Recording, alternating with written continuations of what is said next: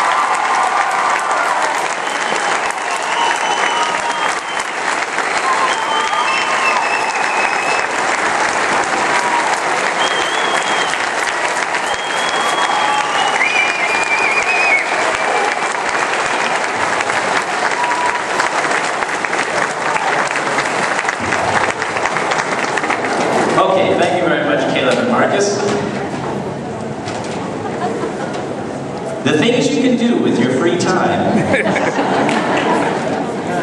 They could be doing worse things. I'm glad that they were only building a PVC instrument, known as, now commonly referred to as air plumber. If you didn't know any of the tunes that they played, the first little tune they just played some scales, and then they moved into some Super Mario Brothers. They did a little bit of Ozzy Osbourne, some Crazy Train, and then finally ended with, of course, for the Marlington band, you can't play anything without playing Scotland the Brave, and so they obviously closed with Scotland the Brave. Now we've reached